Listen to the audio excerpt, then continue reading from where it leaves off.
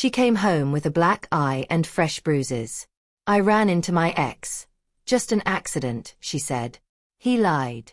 I called him. Yeah, I punched her. I'll do it again. She's mine, he said, casual and proud. I hung up without a word and made a single call. Next morning he phoned, voice broken. I lost everything. What did you do? Who are you? He sounded small. She walked in like nothing had happened, as if her face didn't map someone else's hands. The purple bloom beneath her eye, the split lip, the faint handprint along her jaw. I froze in the doorway. My body moved slower than my thoughts. My mouth opened, no sound came. Finally, what happened? Her eyes flicked to mine, then away, practiced and careful. I ran into someone. An accident, she said again, but the lie had a taste. It hung between us, heavier than the silence that followed. I didn't push. Not yet. I watched her walk into the kitchen, each step measured. That night, as she slept, I stared at the ceiling. Her breathing beside me was shallow and uneven, like she could feel what I was thinking. I knew one thing. This was not chance. Someone had put their hands on her and she let me believe it was an accident. The next day I saw him, by chance of all things. My ex, who'd been hers before me. He stood across the parking lot, a cigarette in his fingers, a smirk cutting his face. That smirk told me everything. Not an accident. I dialed his number, hands steady though a storm sharpened inside. He picked up on the second ring and started talking. Yeah, I punched her, he said, calm as if confessing a favor. I'll do it again. She's mine.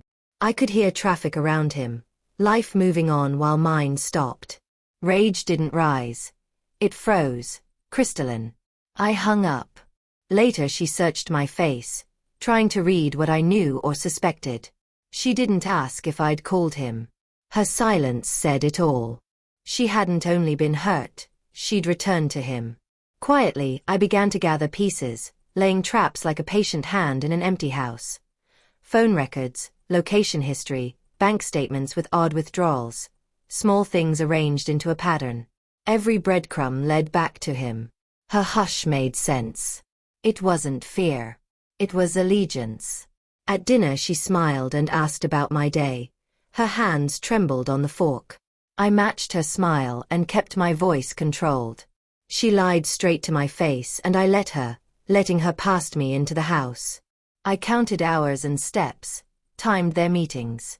I didn't yell. I didn't accuse. I sharpened my mind until it cut. The proof came from what she left behind. She didn't lock her phone in the bathroom, almost like she wanted me to find it. I read everything in silence, every tender message, every plan, every betrayal, and then her confession, calling me weak, saying he was the only man who could control her. At the end of the thread was a photo, her smiling, bruises still fresh, a caption for him. He believed her. I didn't flinch. I didn't cry. I put the phone back where she'd left it. Later, in the living room, I asked one question. Why him? She froze. Panic flashed in her eyes. Then she smothered it with anger, denial, fear. I don't know what you mean, she said. I said nothing more. I didn't need an answer. That night I made a call, not to police, not to a friend, but to someone who owed me. I didn't ask for violence. I asked for an eraser. Wipe away everything he'd used to build his arrogance. Accounts, credit, his job, his name. Everything. By morning he called in pieces. His voice had lost its swagger. It trembled. What did you do? I lost everything. My accounts are locked. My boss fired me. My landlord threw me out. Who are you? His panic was a symphony. His downfall, art. I listened and stayed silent, letting that silence devour him like he'd tried to devour me. When I hung up, my wife stood in the kitchen with a cup of coffee, her face drained of color. She had heard the call. She opened her mouth to ask, but I stared at her, calm, steady, cold, and she knew. I wasn't the weak man she thought I was. That night I packed a suitcase and left it by the door. She cried for the first time. Not for me, for herself. I didn't shout. I didn't beg. I told her to leave. She left. No explanations, no pleas. Only the quiet of her footsteps fading away. I poured a drink and sat alone in the quiet house. Pain didn't come.